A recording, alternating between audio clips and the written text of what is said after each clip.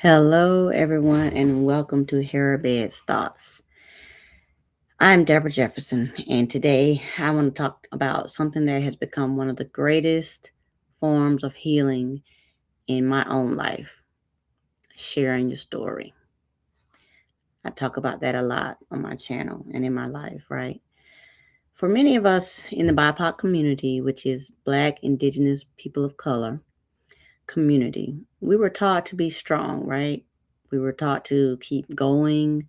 We were taught to pray about it, work through it, and not let anyone see us struggle, right? But our strength became our survival, if I can speak for myself. But sometimes what we call strength was actually silence.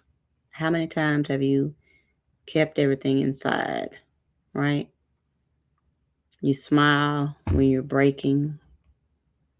You served while you were exhausted. You carried everyone else's burdens while quietly ignoring your own, right? But over time, that silence can become heavy. It can affect our minds, our bodies, our relationships, our faith, and even our physical health. So today I want to talk to you about why telling your story matters. All right. So first we're going to talk about the stories we never tell. Every person has a story. Some stories are beautiful and some stories are painful. Some stories contain trauma, abuse, grief, disappointment, rejection, abandonment, anxiety, depression, caregiving, loss, or simply the weight of trying to hold everything together. Many people have spent years pretending that they're okay, right? Because they didn't want it to be judged. But some were told, what happens in this house stays in this house, right? We've all heard that. Some people have heard, stop crying. You'll get over it. Man up. Or, you're a big girl. You're a big boy. Or somebody else got it worse than you. We've all heard those, right? Yeah, definitely have. But eventually, things like that make you end up stop sharing, right? Not because you don't need the help, but because you don't believe anyone's going to want to hear it, right? Those are the kind of things that can happen when you were silenced and you felt like your voice didn't matter. And so I want to talk a little bit about my journey um, of what I've been through and how I've worked through and how sharing my story has helped me. Writing ended up becoming a place where I could finally tell the truth. It wasn't easy, believe me, but every page forced me to just really just confront the emotions that I had buried, especially with the poetry. I began publishing with poetry, and that's how I expressed my feelings. I put it all in poetry format and got it out, right? But every poem every poem that I wrote reminded me, of a version of myself that needed compassion, right? I needed compassion instead of criticism. That part. I've experienced trauma. I've experienced disappointment. I've walked through caregiving, still am. I've battled chronic pain, still am. I've questioned myself, still do sometimes, right? On this channel, we keep it 100% transparent, right? But I've often wondered if people would truly understand my story. But every time I chose honesty over hiding, I discovered something. And healing, healing wasn't found by pretending everything was okay, pushing everything under the rug, hiding it. You're not going to heal that way. Healing began when I acknowledged that I wasn't. When I acknowledged that I didn't have to pretend anymore. When I stopped pretending, that's where the healing begins, right? And so that brings me to our next point in this discussion. Healing doesn't mean you're finished. I'm going to say that again. Healing doesn't mean you're finished. One of the biggest misconceptions about healing is believing that one prayer, one counseling session, one journal entry, or one good day means we're completely healed. Well, healing isn't linear. Some days you feel free. Some days you feel triggered. Some days you're celebrating. And some days you're just surviving. But both can exist at the same time. And that's normal. Healing isn't about pretending that, the wound never happened. Healing is learning that the wound no longer controls your life. I'm going to repeat that. Healing is learning that the wound no longer controls your life. Let that sink in for a minute. You may have been hurt. You may have been wronged. You may have been harmed. But don't let that control your life. Don't carry that with you into your present and your future. All right. So now I want to talk a little bit about why storytelling matters in the BIPOC community, right? For one, representation matters. So when someone hears a story that sounds like theirs, something changes. They realize, I'm not crazy. I'm not weak. I'm not alone. Sometimes your testimony becomes someone else's permission to seek counseling, your permission to leave that domestic violence relationship, your permission to get help for themselves, to overcome what they've been going through, right? Sometimes your honesty encourages another caregiver. Sometimes your vulnerability helps another survivor finally speak. Your story has power. It has power beyond what you can imagine, right?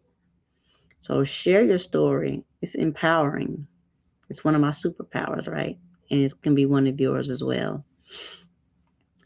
And I want to talk to you all about faith. Faith and mental health can coexist, right? Faith and mental health can coexist. And what is this? Which we don't all do this when we're praying. But when, as a little child, we were taught, you put your hands together and you bow your head and you pray, right? But, you can talk to God and then, just like me and you are having a conversation right here, right? But, faith and mental health go hand in hand. But as Christians, we believe in prayer, right? We believe in God's healing power. We believe in miracles. But God also gives us wisdom, right? He gives us wisdom. Sometimes healing comes through prayer. Sometimes it comes through therapy. Sometimes it can come through medication. And I know everyone has their different feelings on that. Sometimes it comes through community. You having your circle, having someone, a trusted friend to talk to, right? Sometimes it comes through writing, like we just said, sharing your story. Even if you don't publish it, just writing it out is very therapeutic. God can work through all of it. He can work through all of it. So seeking help doesn't mean that your faith is weak either. It does not. God put all of us here on earth, right, to gain knowledge, to work in different occupations. Therapy is one of those, right? So seeking therapy, seeking help does not make you weak. It means that you're willing to receive the help that God places in front of you. Because he can, like they say, the saying, you can lead a horse to water, but you can't make him drink it. Same thing. You can put a therapist right here in front of you, But if you don't seek help, if you don't go to the therapist, talk to them and openly express your feelings, what's going on with you so that you can get the proper help, then that's on you, right? That's on you. But God put them right there for you. So now I want to share with you some practical ways to begin sharing your story. Now, like I said, you don't have to write a book tomorrow. You don't have to post your testimony online, right? You just simply have to begin. That's all you have to do. And that could be writing in your journal. It could be writing letters to yourself, that you may never send. It can be, or not just to yourself, but just writing a letter to someone who, harmed you or wronged you. You don't necessarily have to give it to them. It could be writing poetry. It could be, recording your voice notes, like I mentioned earlier. Just getting your feelings out. You can even be talking to a trusted friend, like we said, because healing often begins when private becomes public. Again, healing often begins in private before it becomes public, right? Yeah. Healing often begins in private before it ever becomes public. Now, I just want to share a scripture with you. Psalm 34:18. It tells us that the Lord is close to the brokenhearted and he saves those who are crushed in spirit, right? Just think about that.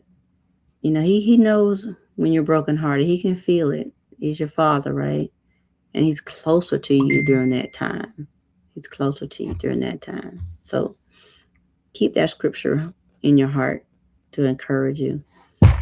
And then we have another one that I wanted to mention is 2 Corinthians 1:3 and 4. And that teaches us that God comforts us so that we can comfort others, right? So that just means that some of what you survived wasn't just for you. Hence, sharing your story, sharing your testimony, right? One day your story may become someone else's lifeline. So share your story.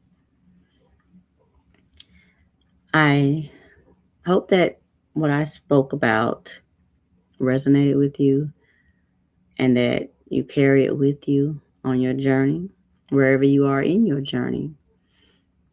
So, with that being said, if you've been carrying something in silence, know this.